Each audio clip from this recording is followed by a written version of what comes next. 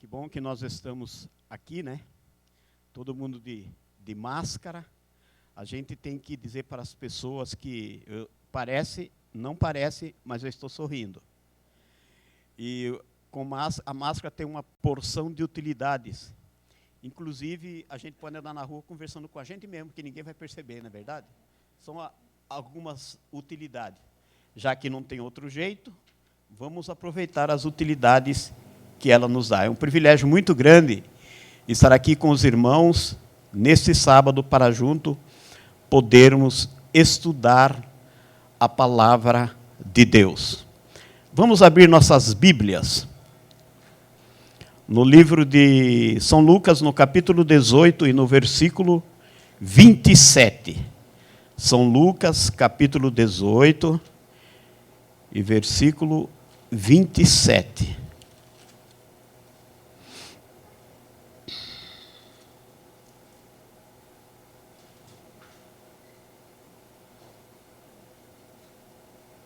Vamos orar?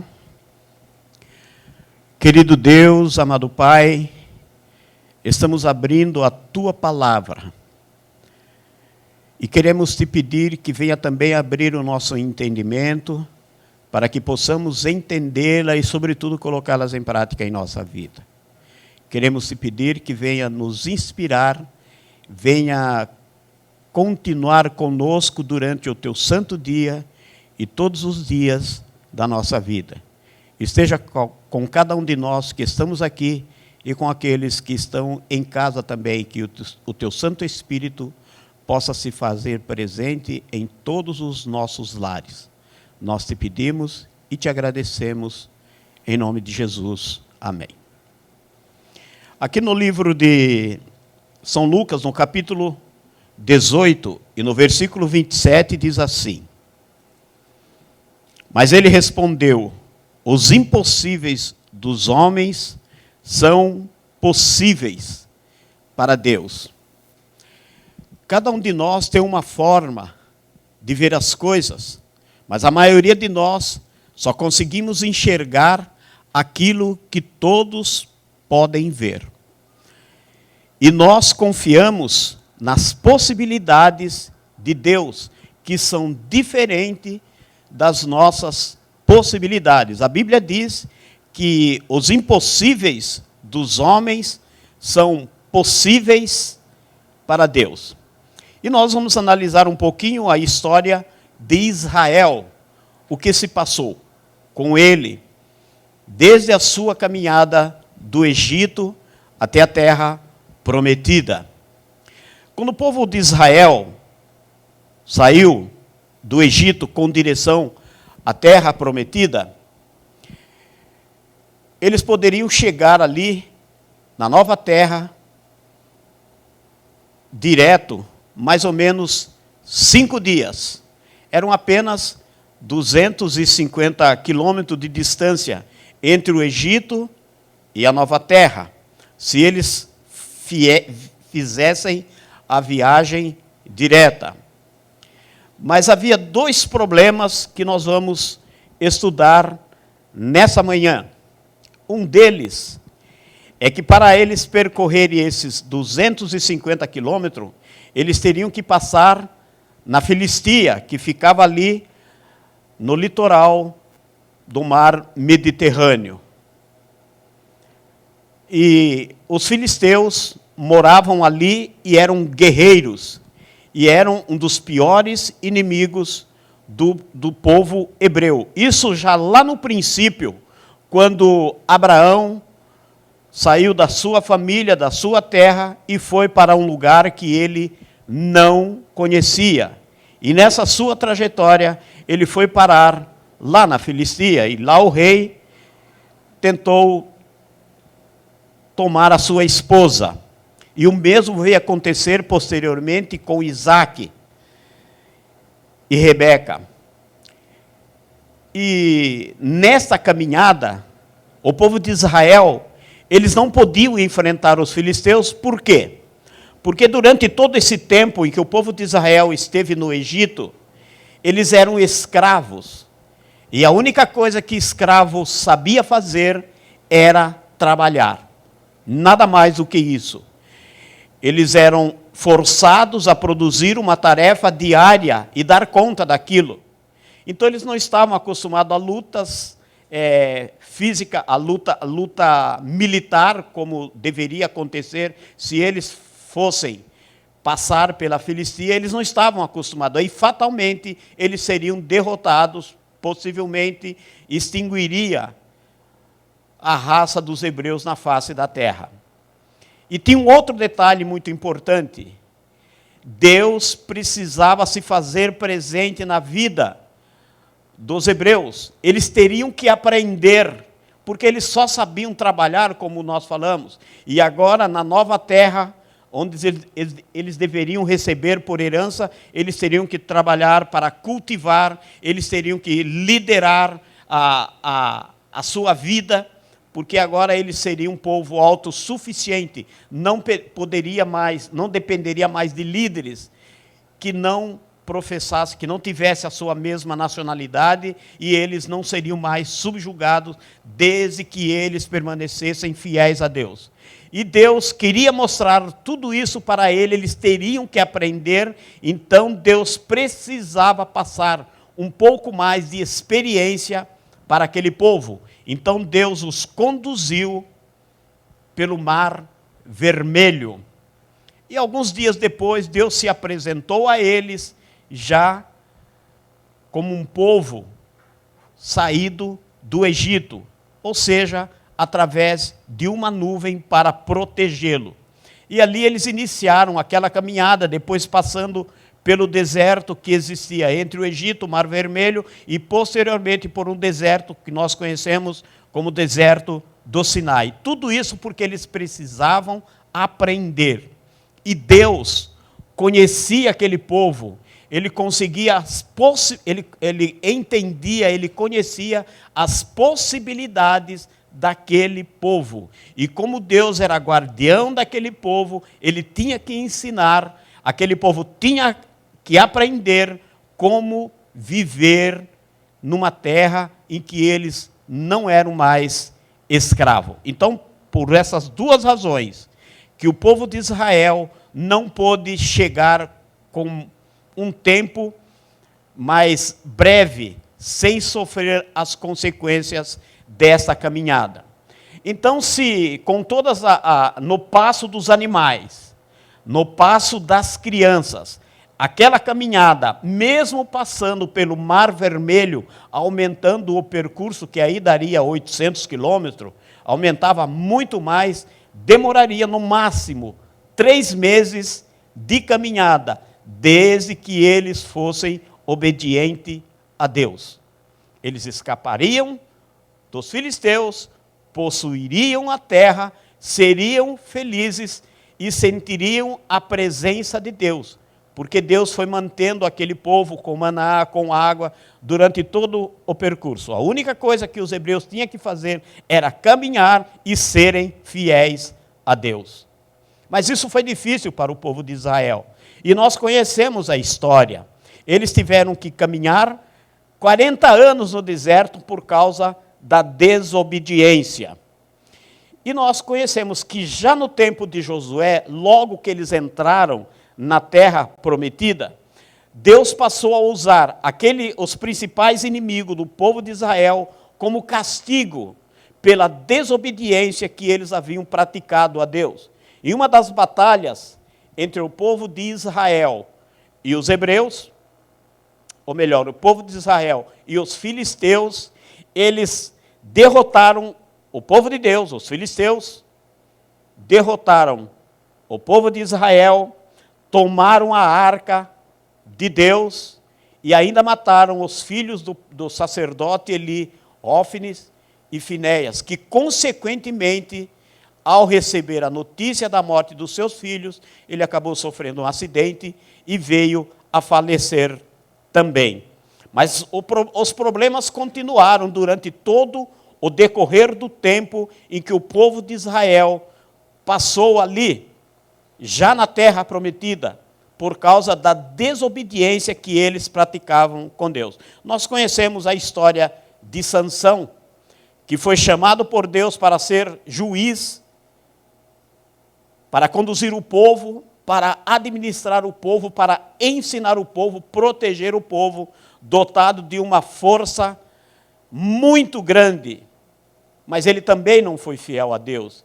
Ele acabou se perdendo nas suas andanças. Ele nasceu, ele foi criado desde o ventre da sua mãe para ser fiel a Deus. Mas ele também tinha livre-arbítrio, ele só seria fiel a Deus se ele quisesse. Nós conhecemos que ele não quis. E acabou sofrendo as consequências também disso, vindo a perder a própria vida. É claro, teve uma recompensa, porque ele se arrependeu também, mas ele sofreu as consequências do seu erro e do seu pecado, não conseguindo fazer aquilo que ele deveria ter feito. E a pressão dos filisteus sobre o filho de Israel começou a crescer de maneira demasiada. Foi crescendo fortemente entre o povo de Israel. Então foi sentida a necessidade de um líder militar em Israel. A história, a Bíblia conta, realmente se tornou juiz de Israel, Samuel. Era um profeta de Deus também. E o povo passou a sentir a necessidade. Eles queriam ser semelhante às outras nações. As outras nações tinham um rei e eles não tinham, eram governados por juízes. Era uma teocracia, que nós sabemos, onde Deus é que determinava e cuidava daquele povo. Mas eles queriam ser semelhante às outras nações. E eles pediram um rei a Deus. E Deus procurou satisfazer as necessidades de Israel. Mas sabendo das possibilidades de Israel, Deus ungiu Saul.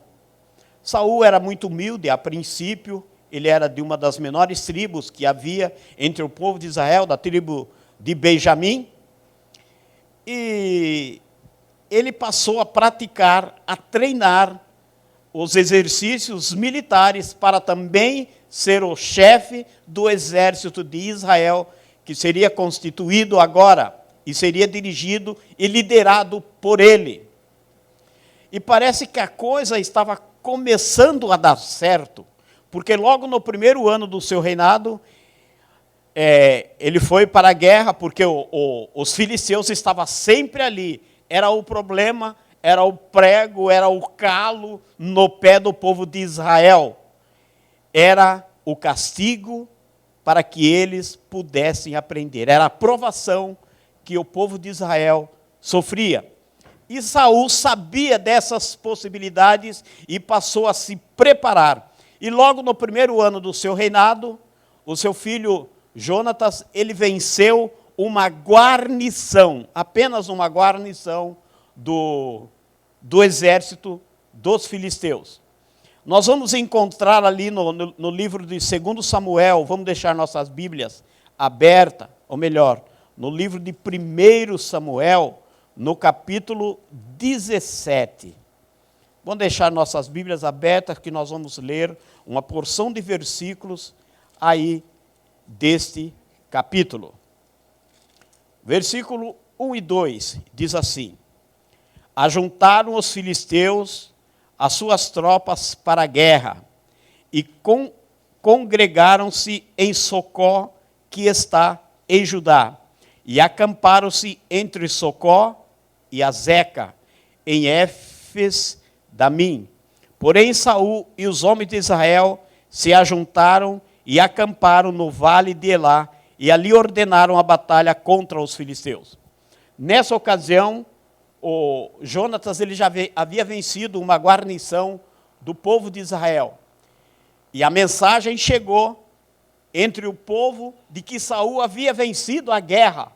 E ele achou que poderia dar tudo certo. Ele achou que podia, dali para frente, vencer os filisteus. Mas nós vamos perceber aqui que os filisteus e as suas tropas de guerra congregaram-se em Socó. Aonde estava essa cidade, essa região? Estava dentro do limite das terras dos judeus. Quer dizer, os filisteus já haviam entrado dentro da terra. Eles eram petulantes, eles enfrentavam a guerra, porque ele conhecia as possibilidades do povo de Israel, sabia que o povo de Israel, como guerreiro, era um povo fraco, não é verdade? E naquele período, naquele tempo, quando os exércitos de Israel estavam se preparando para a guerra, eles faziam antes um sacrifício.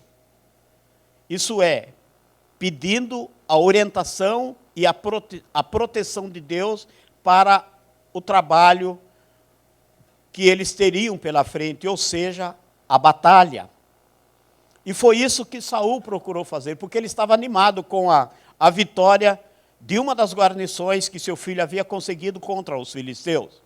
Então ele convocou todo o exército do povo para que fosse a Gilgal, e ali fizesse um sacrifício. Só que quem poderia fazer esse sacrifício, ou oferecer sacrifício a Deus, tinha que ser um sacerdote da tribo de Levi. No caso, era Samuel, que disse para eles ficarem ali em Gilgal durante 7 dias, esperassem 7 dias, até que ele voltasse. Mas acontece que ali na frente estava a tropa do exército dos filisteus. E o povo de Israel começou a ficar apavorado, vendo a tropa se aproximar. Então eles passaram a se esconder na caverna, e Saul, vendo aquelas pessoas se escondendo, ele ficou com medo que todos fossem embora, e ele então passou a praticar aquilo que ele não devia, ou seja, oferecer sacrifício, sendo ele da tribo de Benjamim e não da tribo de Levi. Quando Samuel chegou, perguntou, falando com ele arrumou aquelas desculpas que qualquer pessoa arrumaria para tentar justificar o seu erro.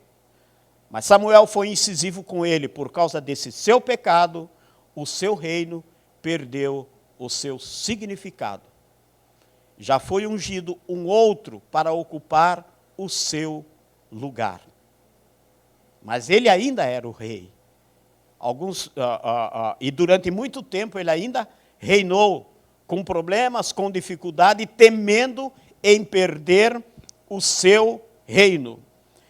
E Saul era o homem mais preparado para enfrentar o povo dos filisteus.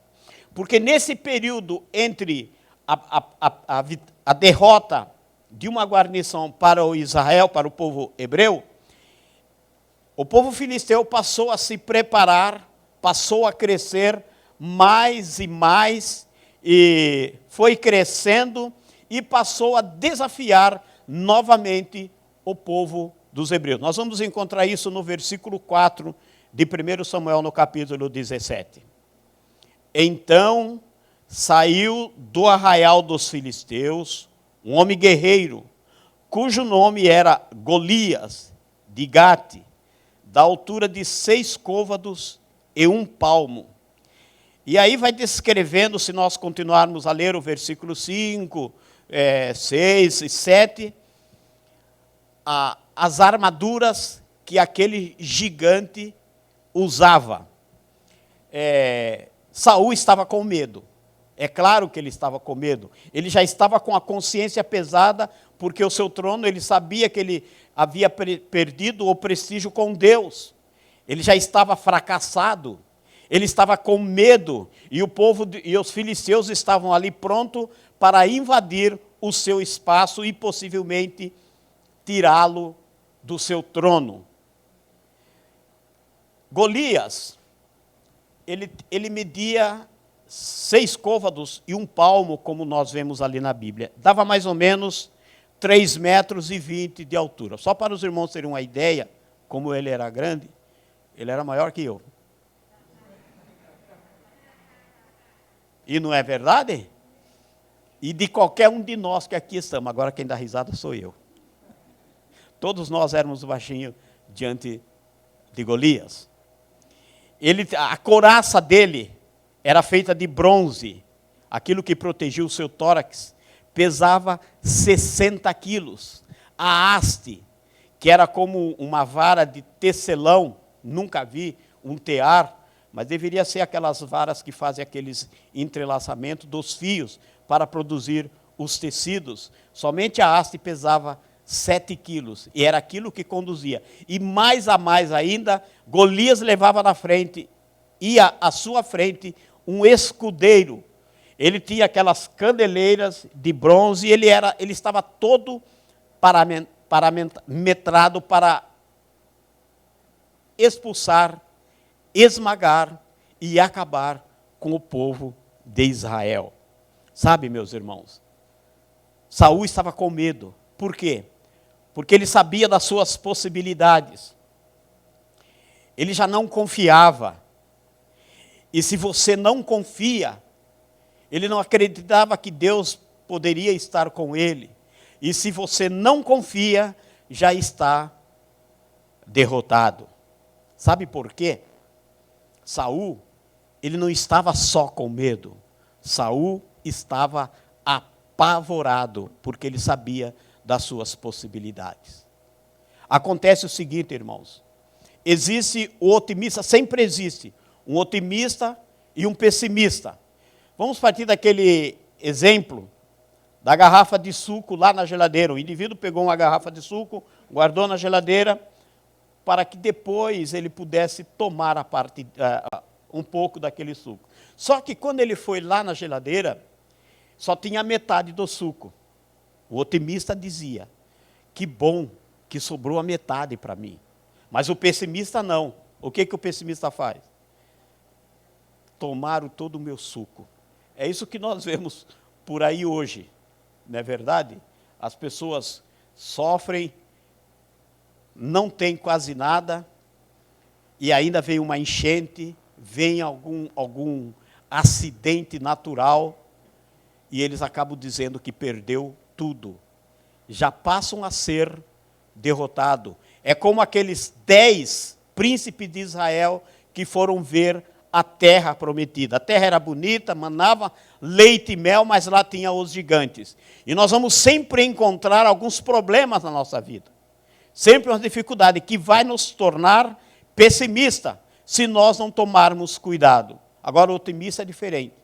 Um otimista, certa vez, ele foi assaltado, e mesmo assaltado, ele agradeceu a Deus, dizendo assim, Senhor, muito obrigado, porque eu tinha pouco dinheiro. E ele continuou agradecendo a Deus, obrigado, Senhor, porque eles só levaram o meu dinheiro. Não levaram a roupa, não levaram o sapato, não levaram o relógio, nem os celulares, que é muito comum hoje. E ele estava feliz por isso. E ele continuou orando, agradecendo a Deus, Senhor, muito obrigado, porque eu fui o assaltado e não o assaltante. Isso é ser otimista. Sabe, Saul estava pessimista. Ele estava com medo, porque ali estava o exército dos filisteus, e agora acompanhado por um homem gigante chamado Golias, e fortemente preparado para a guerra, juntamente com os seus companheiros. Mas aí entra Davi na história. Davi veio para resolver os problemas, porque ele conhecia as suas possibilidades, e ele conhecia muito mais as possibilidades de Deus na sua vida. No livro de 1 Samuel, no capítulo 17, ou melhor, no capítulo 12, que diz assim, Davi era filho daquele Efrateu de Belém de Judá, cujo nome era Jessé, que tinha 8 filhos nos dias de Saul. Era já velho e adiantado em anos entre os homens.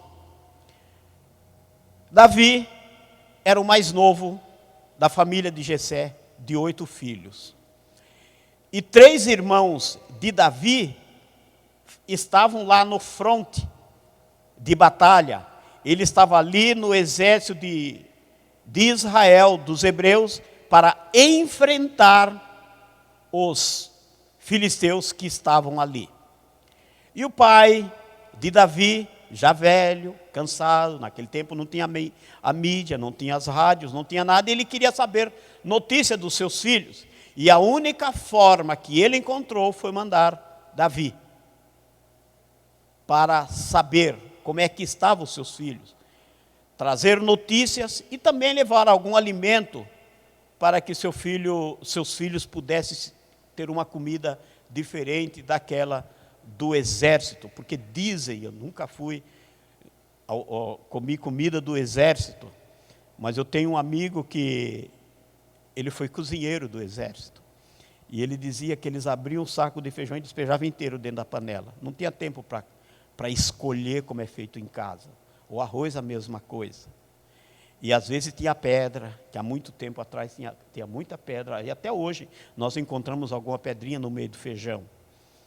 E o Jessé, o pai de Davi, levou uma comida especial para eles. E quando Davi chegou ali no fronte de batalha, estava conversando com seus irmãos para saber como ele estava, para saber como é que estava a vida ali no exército, trazer notícia dos seus pais para os seus irmãos e deixar a encomenda que seu pai lhe havia enviado. Veja só, no livro de 1 Samuel, no capítulo 17, versículo 23 e 24. Estando Davi ainda a falar com eles, eis que vinha subindo do exército dos filisteus o duelista, cujo nome era Golias, o filisteu de Gate, e falou as mesma coisa que antes falara, e Davi o ouviu. Era normal, todos os dias, Golias sair à frente do seu povo e desafiar o exército de Israel para que viesse para a batalha. E no versículo 24, todos os israelitas, vendo aquele homem, fugiam de diante dele e temiam grandemente. Olha a dificuldade do exército de Israel. Acontece o seguinte, que além deles não ter a destreza ou os exercícios dos militares, eles também não tinham arma. As armas do povo de Israel eram de madeira, enquanto que as armas dos filisteus eram de ferro, eram mais fortes e tinha mais poder de derrotar o inimigo. E Davi, quando ele estava falando com seus irmãos, ele viu o desafio de Golias, e ele também viu a dificuldade do povo de Israel, o medo que invadiu aquele povo, as dificuldades dele para enfrentar aquele inimigo. Acontece o seguinte, Davi ouviu Golias desafiando o povo de Deus, desafiando o seu povo. E Davi era um adolescente. E o adolescente, ele não pensa muito no seu medo, ele tem uma cabeça diferente dos mais adultos, ele não pondera determinadas coisas. Nós vemos isso no Brasil. Eu me lembro, algum tempo atrás, quando tinha um presidente que começou a fazer coisas erradas aqui no Brasil, e os famosos cara pintadas, que eram jovens, alguns deles adolescentes ainda, e eles fizeram aquilo que deveria fazer realmente e acabaram fazendo com que aquele presidente fosse tirado do seu cargo. E Davi, quando ele viu aquele homem menosprezando, desafiando o povo de Israel, ele sentiu aquilo que nós sentimos quando vemos alguém falando mal da nossa família, quando vemos alguém desafiando a nossa família, quando vemos alguém desafiando a nossa religião, desafiando o nosso povo. Todos nós nos sentimos desafiados. Ainda alguém que tem coragem de ouvir determinadas coisas e ficar quieto. E tem alguém que enfrenta a situação tentando mostrar o contrário daquilo que as pessoas estão passando. Me colocaram num grupo aí de religiosos, eu já saí desse grupo, já me colocaram de novo. já me expulsaram de lá, depois me colocaram outra vez.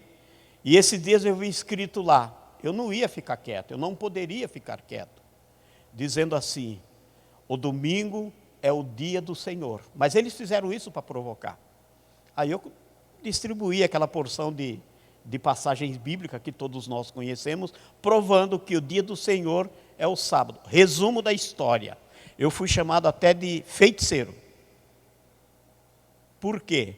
Porque eu procurei mostrar a verdade. Mas eu fui desafiado para isso.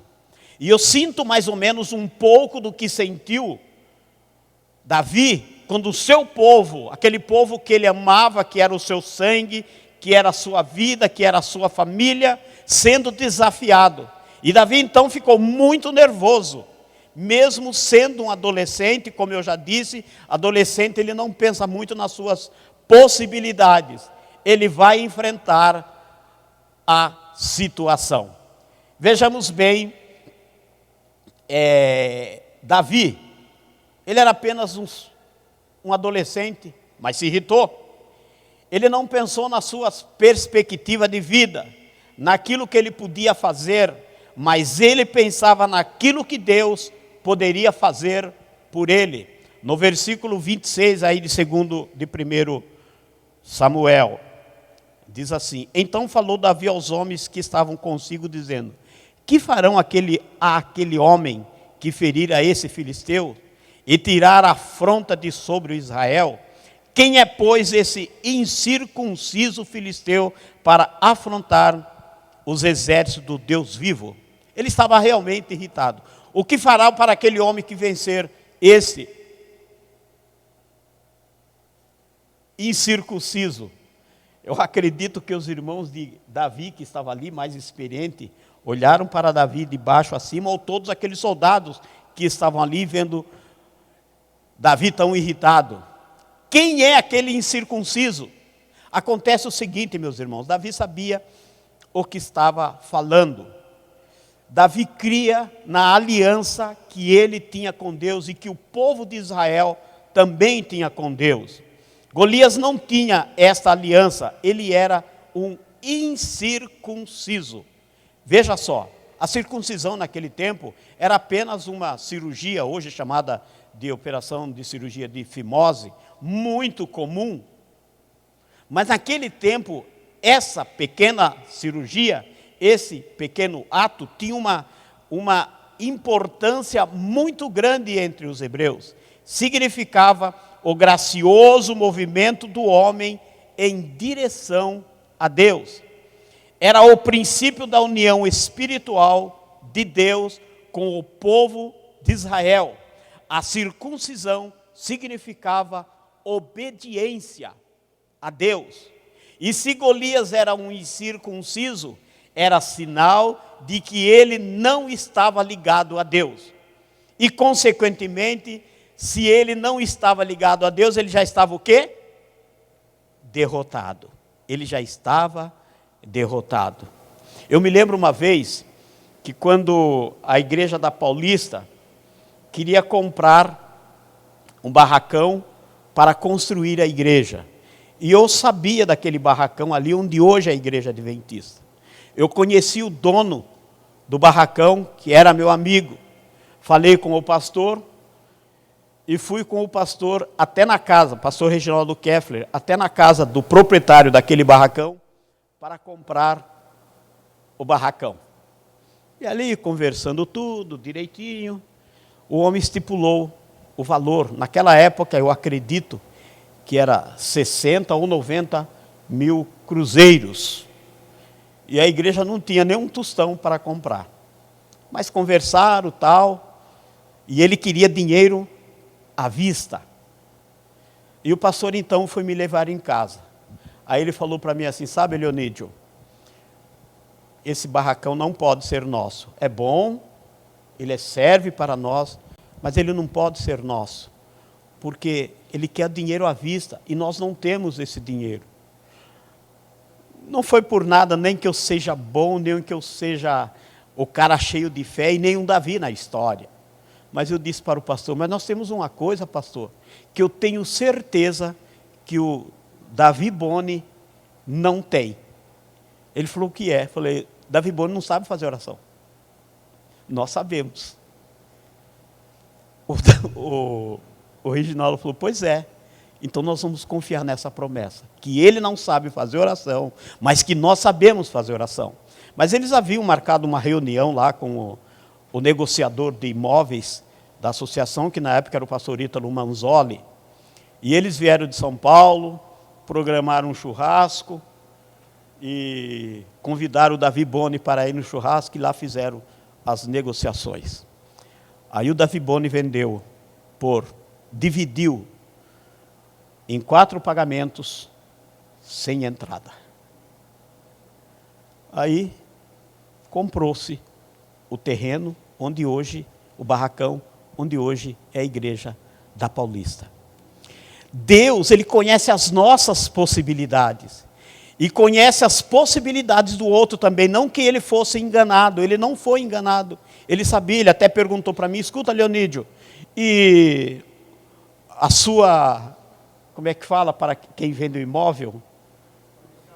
A sua comissão, como é que faz? Eu disse para ele, olha, Davi, se você tiver que dar alguma comissão para mim, você desconta do preço do barracão. E ele acabou achando melhor dividir. Acontece o seguinte, nós temos que conhecer ao Deus a quem nos servimos. Eu não estou querendo dizer que eu seja esse indivíduo, mas eu confio em Deus. Deus tem proposta para nós que nós desconhecemos. E Davi sabia disso. A perspectiva, quando ele disse para aqueles seus companheiros ali, não, ele não tinha conversado com Saul, que Golias era um incircunciso, se ele era um incircunciso, entendessem como quisesse, ele já estaria derrotado. Porque todo aquele que obedece a Deus, ele está intimamente ligado com Deus, confia nele e já se torna um vencedor. Durante a minha vida, eu tenho tido muitas vitórias. Deus tem atendido muitas orações. E eu agradeço todos os dias. Muito obrigado, Senhor, pela forma como tem nos conduzido a minha família aqui nesta terra. Tinha tudo para dar errado. Tinha tudo. Mesmo eu tendo dedicado o meu lar, antes de eu casar, para Deus. Nós orávamos 3 vezes por dia.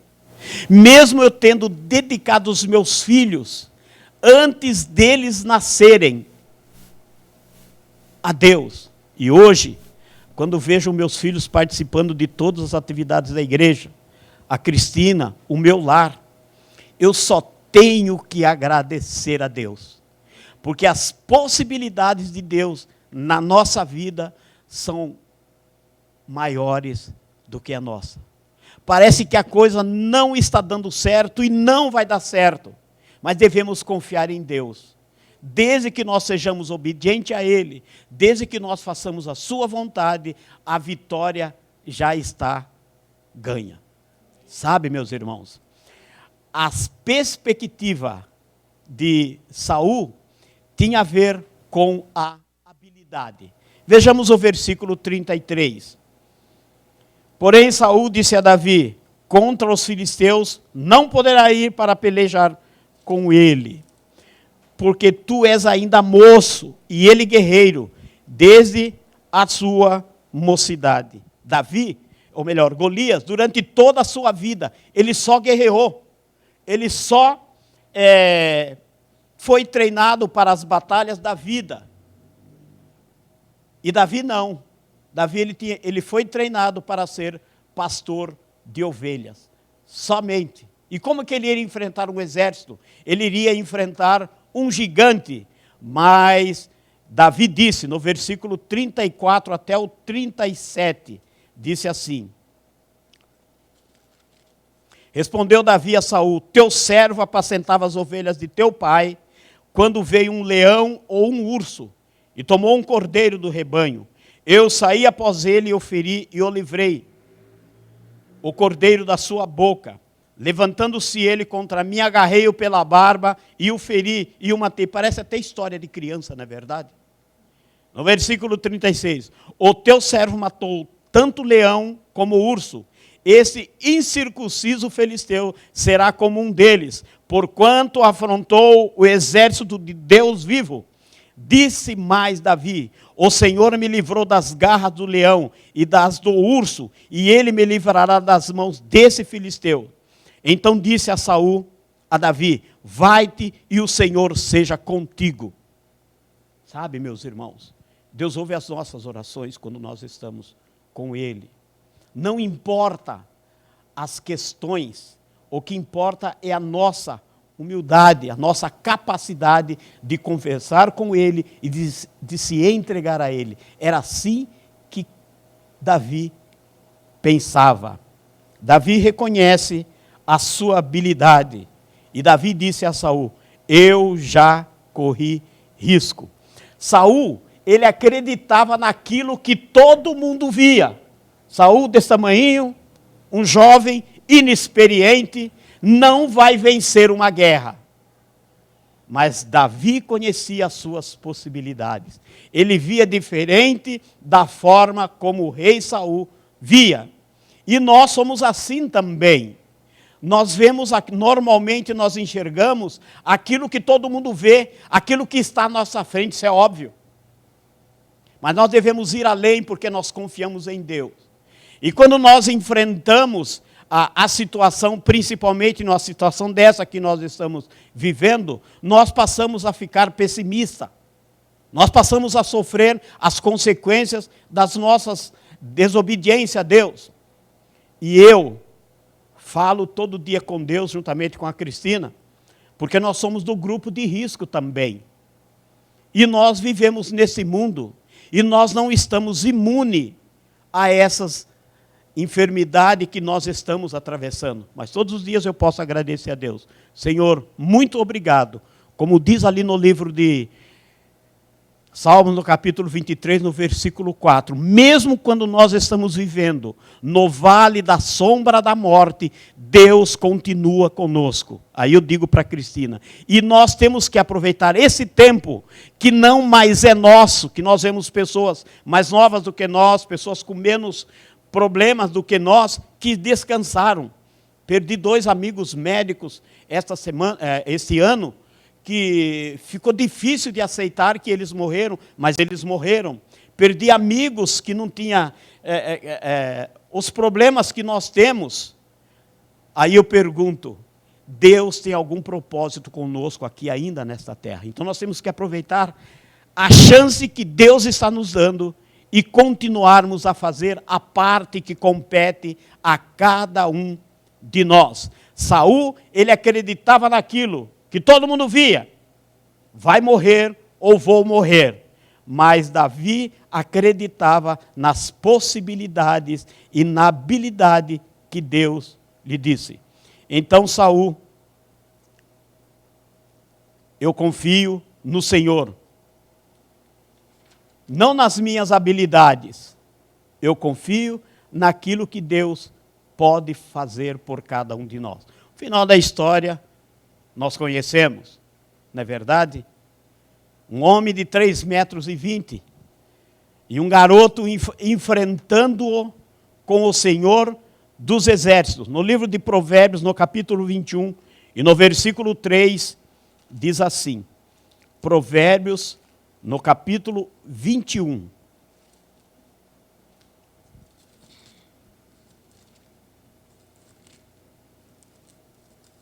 E no versículo 3, diz assim, exercitar justiça e juízo é mais aceitável ao Senhor do que sacrifício.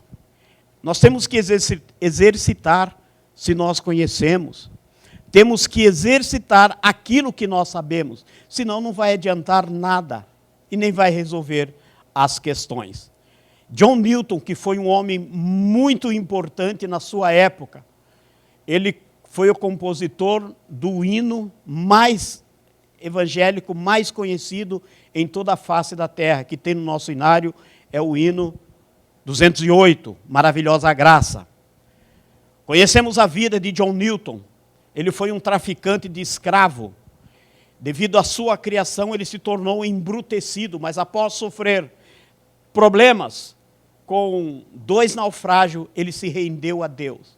Ele fez um propósito com Deus de se tornar um pregador de sua palavra. E Deus lhe concedeu esse privilégio. E agora John Newton, ali no leito de morte, uma das suas últimas palavras foi: Senhor, quando eu estiver no céu, eu quero ficar nem que seja no pé daquele ladrão que o Senhor salvou na cruz. Ele era muito importante, mas ele era humilde. E é assim que Deus nos vê quando nós nos entregamos a Ele. Todos nós que estamos aqui conhecemos as nossas possibilidades. Todos nós enxergamos aquilo que todas as pessoas veem. E nós esquecemos de Deus. Deus, Ele olha de uma outra forma. Eu me lembro quando eu dirigi uma oficina de canto do coral da Igreja Central, quando nós dávamos o tom para fazer os exercícios vocal com aquele povo, destacava-se a voz de um rapaz, no meio de todos. Não porque a voz dele fosse mais forte e fosse melhor do que a dos outros, mas porque ele era desafinado mesmo. E num grupo de afinado, ele vai sempre se destacar. E ninguém via possibilidade nenhuma, muito menos eu também. Mas aquele rapaz, ele foi para o colégio adventista, foi pedido para ele que ele podia cantar no coral. O coral não despreza ninguém, especialmente o coral de igreja, mas só cantar um pouquinho mais baixo para não atrapalhar os outros, né? E ele foi para o colégio adventista, o NASP. Lá ele passou a frequentar o coral dos jovens do NASP. E um dia esse coral veio cantar em Piracicaba. E um dos solistas desse coral era exatamente aquele rapaz, que aprendeu a cantar, se tornou afinado. Porque Deus conhecia as possibilidades dele, que era diferente da nossa forma de ver. Deus, ele sempre vê de outra forma. Quando Deus olhou para Saulo, que era aquele homem que perseguia os cristãos, mandava os cristãos para a prisão, assim como ele fez com Estevão, segurando as roupas de Estevão para que Estevão fosse apedrejado. Deus não viu Saulo ali, mas ele viu Paulo, o grande pregador dos gentios, o grande fundador de igreja. Quando Deus olhou para Simão, aquele pescador ignorante, ali na praia do mar da Galileia, aquele pescador rude, palavras mal faladas de alguém que não tinha cultura nenhuma. Mas Jesus, ao olhar para aquele homem, ele não viu simplesmente um pescador rude e ignorante, mas ele viu um homem que se tornou um dos maiores pregadores da história, quando num só sermão, 3.000 pessoas se converteram a Deus. Ele não nos vê como pobres pecadores, mas ele vê as possibilidades que podem acontecer com cada um de nós. E o simples fato de nós estarmos aqui nesta manhã é algo que para muitos de nós poderia ser inimaginável. Jamais eu poderia estar em um banco. E se nós estamos hoje aqui, é porque Deus, ele olhou para o nosso coração e viu as nossas possibilidades. E hoje nós estamos aqui, não simplesmente como alguém que veio aqui porque veio, mas nós estamos aqui porque fazemos parte do plano da salvação. Porque Cristo morreu pelos nossos pecados. E ao morrer pelos nossos pecados, ele nos colocou no plano da salvação. E se nós estamos aqui hoje, é porque nós aceitamos este plano da salvação. Então nada a mais imaginar que somos pecadores, que somos maus, que somos ignorantes e que o nosso lugar, o único lugar que pode acontecer é perder a salvação. Nós estamos aqui como candidatos para o céu. Porque Deus, ele olhou para cada um de nós e nos viu de uma outra forma. Viu alguém já andando lá nas ruas de ouro do lar celestial. Que isso seja uma realidade na nossa vida e vamos trabalhar para isso, porque as nossas impossibilidades são as possibilidades de Deus na nossa vida. Vamos orar.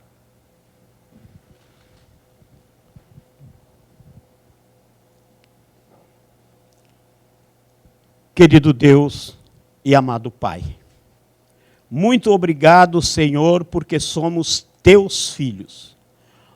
Nós pertencemos a Ti pela criação, pela redenção. E através do Teu sacrifício, o Senhor nos colocou no plano da salvação. Que nós possamos confiar nas Tuas possibilidades na nossa vida e não na nossa vida. Por favor, Senhor, transforma-nos segundo a Tua vontade. Derrama sobre nós Teu Santo Espírito. Transforma a nossa mente, o nosso coração, transforma o nosso caráter, para que possamos ser Teus e inteiramente Teu, porque todos nós fomos predestinados para a salvação. E nós só seremos salvos se confiarmos nas Tuas possibilidades. Leva-nos de volta para os nossos lares, continue conosco durante todo o Teu santo dia e todos os dias de nossa vida. Nós te pedimos e te agradecemos, em nome de Jesus. Amém.